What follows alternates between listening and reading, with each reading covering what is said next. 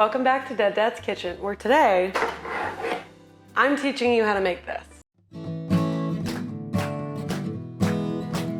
Well, they say he's not coming back and nothing can fill the void, but at least we can try with food. I'll make some apple pie, come on in. It's Dead Dad's Kitchen. I realized I had never made just plain marinara sauce on here. I know I made it to start my meatball recipe and to start my bolognese recipe, but I've never just sat down and made the marinara because some people just like marinara and some people, includes myself. Now I bring in the raos sauce because it is a super popular store-bought sauce, but it does run pretty pricey with good reason. It is absolutely fantastic. I am by no means saying, oh my God, you shouldn't be buying this. I know how nice it is to go and get something from the store and basically dinner is ready. This is just to let you know how easy it is to make if you do feel like cooking. The Raos history, the restaurant that this is from, is so special and so cool. It is actually one of my major dreams in life to eat at Raos. It hasn't happened yet, but it will, I know it. The reason that this sauce is so popular and runs a little bit more expensive than others is because it's A, delicious, B, really, really simple and perfectly made.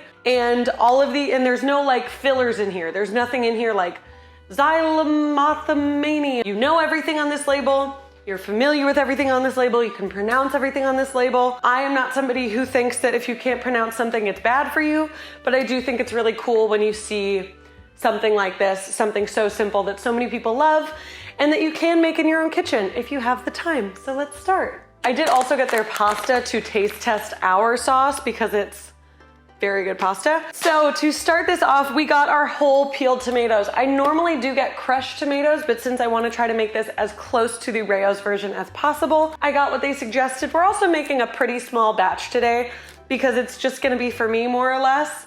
So I don't know why I touched that. So I would normally get 2 of these cans, but we're just gonna go with 1 today, make a nice small batch. My dad made marinara all the time, but usually he would have it as the base for the meat that was in it, either meat sauce or spaghetti and meatballs, because when we had pasta, it was like our whole meal basically.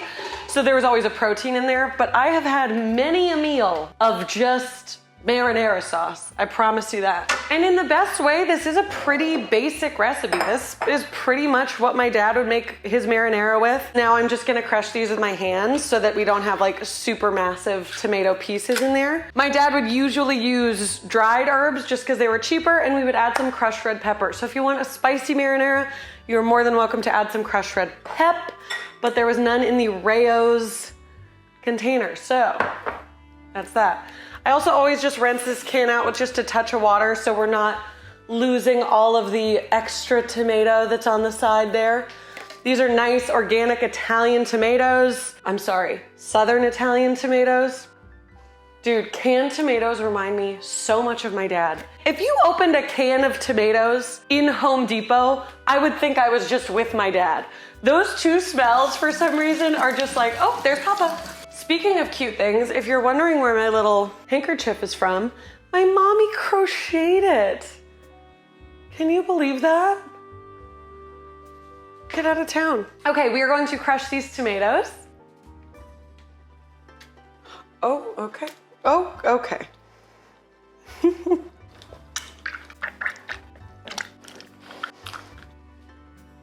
Okay, we have our crushed whole Italian tomatoes that are all ready to be dropped in. I'm just gonna move this to the side because we don't need them quite yet. There's more onion than there is garlic. So let's chop up some onion.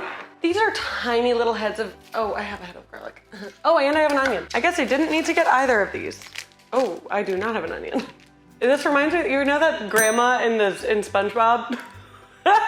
We're going to chop up our onion and garlic. If you guys aren't super comfortable with chopping up onions or garlic or what diced or minced or sliced means, I have a video on kitchen basics that you can check right there, where we kind of just go through some commonly used words that might not be super common to everybody. I'm gonna use like 1/3 of this onion, like a little less than half.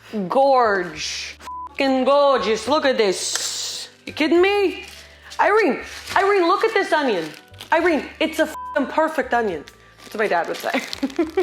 He'd call me and like there would be something wrong in the room. He'd be like, Irene, Oh my God, yeah, what's wrong? Look at this onion. Not a good onion. And then, you know, of course, like I think that's so silly. And now I find myself being like, oh my God, look at this plum, it's perfect.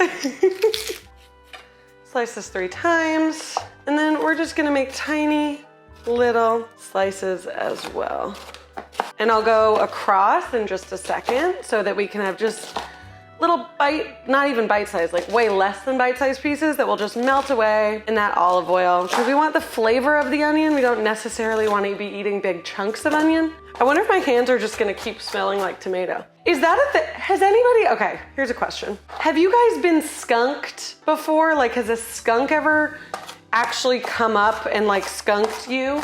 And did tomato actually work? Is that what you're supposed to do if that happens? And if you see any of these super papery bits that just like, I don't know, are in there, you can just toss them. So you just want some nice, really finely diced onion. Should I get another cutting board or should I do it annoyingly on the same one? Okay. Dude, I love just marinara sauce pasta. I know it's like, obviously like I love when there's a protein in there or whatever, but sometimes just a bowl of like saucy ass pasta is so good. I would normally do a whole head of garlic, but since we're doing a smaller portion today than I normally would, I'm not going to. We have 9 cloves of garlic. That's honestly very conservative for me. Now, when it comes to peeling your garlic, there are 4,968 ways that I've seen on the internet. Put it in a jar, shake it up. You know, you slice this part with a knife and it magically comes. Here's how I like to do it. If you're comfortable using a knife, grab a knife that has a nice wide face. I don't know, it's for sure not what that's called. Side, perhaps. You have your garlic, you place it on a nice sturdy surface. Not sturdy, actually here. You can get a little kitchen rag, just wet it a little bit. You can put that right down, take your cutting board, put that on it, not going anywhere, okay? So now we have a stable surface, that's step 1. Step 2, you're going to take the side of your knife and your garlic clove. And with the palm of your hand, like the butt of your hand, you're going to just push it down once, lightly on the other side of the knife.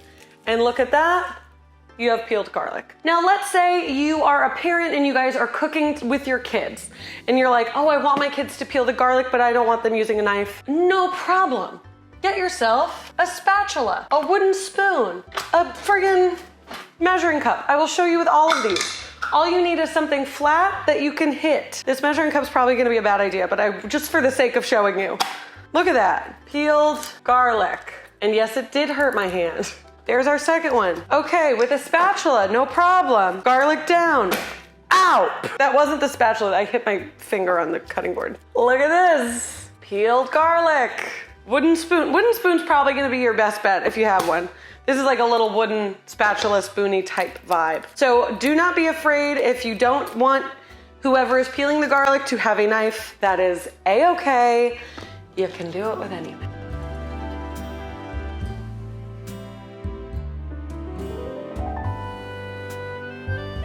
Okay, my battery's about to die and this is all done. Quite honestly, the hard part is over once you have finished chopping up your onions and garlic, because that's kind of the most time-consuming part of this whole process. So we're going to put a pot over medium heat and add a good amount of oil in there. You don't want to be afraid of this oil. You're gonna use extra virgin olive oil, and that's also part of the reason we're doing medium heat. We don't want this oil to burn, because that will taste bitter, and I've heard that it's actually like health-wise not good for you. I'm probably using about 1/4 cup of oil in here, maybe even 1/3, and using extra virgin olive oil. It is just the tastiest, best one. Extra virgin means it was only pressed through the olive presses one time. That's going to come up over a medium heat. Then we're going to add in our onions, let those cook down for a bit, and then our garlic. So now what we're gonna do, this battery, I swear to God. Oh, fuck. Fuck. We all have the opportunity to be humbled in our lives, and I just was.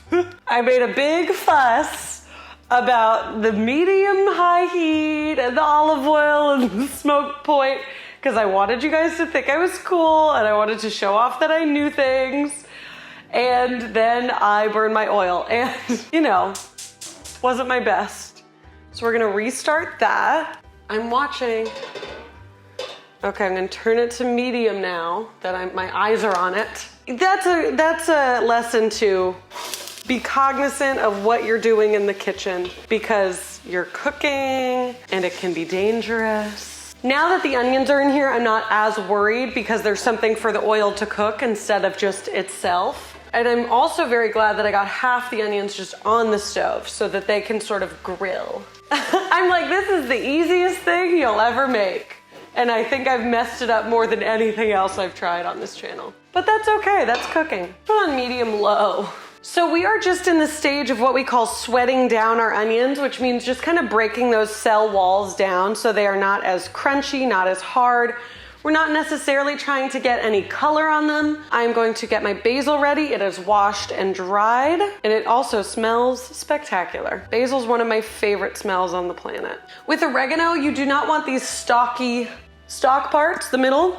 You just want the leaves. So what you do with oregano, it's very similar to rosemary. You just want to pull them back from the stem so they come off perfectly. Okay, my onions are fragrant right now, which just means I can smell them without being close to it. So I'm gonna add my garlic in. Just slide that in there. Co-mingle, cohabitate, kiss a little. If at any point you feel like your pan is a little bit dry and there's not enough to coat the garlic and onions in the bottom of the pan, that's no problem. You can just add a little bit more olive oil in there. Our herbs, we are just going to chop up. With basil, I like to julienne it, which means I'll put it in a little roll. So you like roll it up so it looks like a little cigar, and just little tiny baby strip slices like this. And they're so beautiful. They end up looking like confetti. It is so very cute. But this is what our little garlic or our little basil chiffonades look like. We'll pick that up later. And with our oregano, we're just gonna chop it up since these leaves are way too tiny to chiffonade. Making sure that this is cooking and not burning. That is something that I'm good at. Making sure that it's not burning. Don't talk about the last few minutes. These are softening up. I'm going to turn the heat up just a little bit. I don't want to hear it. I'm watching it. And the next thing that's going to go in are those tomatoes. Okay, chill out. The next thing going in are those tomatoes that we crushed up a few minutes ago. And you'll notice I have not seasoned anything yet. I don't know what it is. I just never season my onions and garlic before I put the tomatoes in. I just figure you're going to need so much salt in this, and you're not going to really just taste this on its own. So I usually just wait a sec. We want to make sure that we have our salt and our pepper ready. Do I have enough salt in here? No, I should fill this up. I do not know why I did not just do that on camera, because I didn't spill a fucking grain of salt. I can smell this big time. I can see tiny little pieces are starting to brown. And again, we don't really want to caramelize this. We just want these to be nice and soft and give their flavor to the sauce. Just gonna slowly, and it's gonna spatter a little bit, so just be careful. Do it gently. Gently, gently, gently, gently. Gorge. Okay. So now I have turned the heat up even just a little bit more because there's tomatoes in there. There's more to cook. It doesn't have as big of a possibility of burning my house down. I'm gonna add a good pinch of salt right off the bat because there's been no seasoning in there thus far. You guys, this is so simple. How many ingredients have we used? Salt, pepper, olive oil, garlic, onion, tomatoes, basil, and oregano.